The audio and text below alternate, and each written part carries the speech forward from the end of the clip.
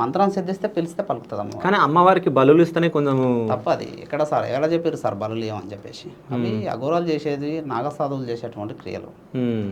వాళ్ళ నేచర్ కోసం ఉంటాయి. నేచర్ కోసం అంటే ఏంది, మన ప్రపంచాన్ని ఈ కలియుగంలో ప్రేతాలు కానీ భూతాలు కానీ ఎక్కువ ఉంటాయి. మనకు కనిపించని శక్తులు నీకు ఇప్పుడు మన మధ్యలోనే కోట్ల శక్తులు తిరుగుతున్నాయి, మనకు కనబడవు, వాళ్ళకు కనబడతాయి.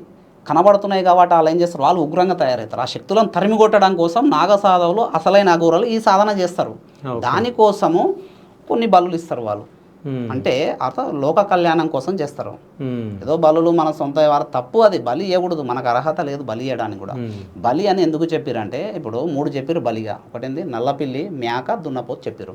ఇప్పుడు నల్లపిల్లి అంటే ఏంది, అమ్మవారి ముందుకు తీసుకుపోయి పిల్లి పాలు తాగేటప్పుడు ఎవరు గమనించలేము, అంత దొంగగా తాగిపోతుంటుంది. అమ్మ ఈ పిల్లి సాక్షిగా నా దొంగ బుద్ధిని వదిలేస్తున్నా అని చెప్పి పిల్లిని వదిలే, అంతే అది వెళ్ళిపోతుంది. అయితే బలి ఇవ్వద్దు. బలి వద్దు.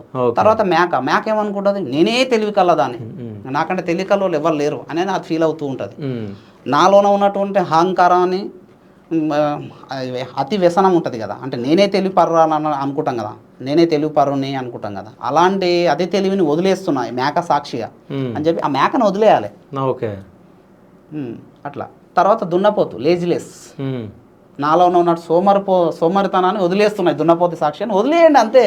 ఓకే, సంపొద్దు అంటారు. సంపొద్దు. ఇంకొకటి ఏంటంటే గ్రామాలలో ఇది మెయిన్ సార్, ఇంకోటి ఇక్కడ మెయిన్ కూడా ఒకటి ఏంటంటే గ్రామాలలో ఏం జరుగుతుందంటే దున్నపోతులు నరుకుతున్నాం. అమ్మవారి పండుగ బొడ్రాయి పండుగలు అని చెప్పేసి చేసి దున్నపోతులు నరుకుతున్నాం. ఆ పండుగ జరిపించిన కాడ నుంచి ఆ ఊర్లో పంటలు వండడం కానీ, తర్వాత ఆ ఊరికి పాపం తాకుతుంది అంతే 100%. ఎక్కడ లేదు.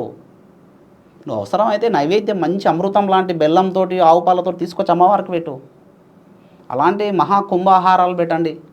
అంతేగాని దున్నపోతున్నరికి ముందర పాత పెడుతుంటారు, ఇది తప్పు. అది అసలు లేనే లేదు. అప్పటి నుంచి ఆ ఊరు కథం, ఇంకా పంటలు సరిగా వండవు.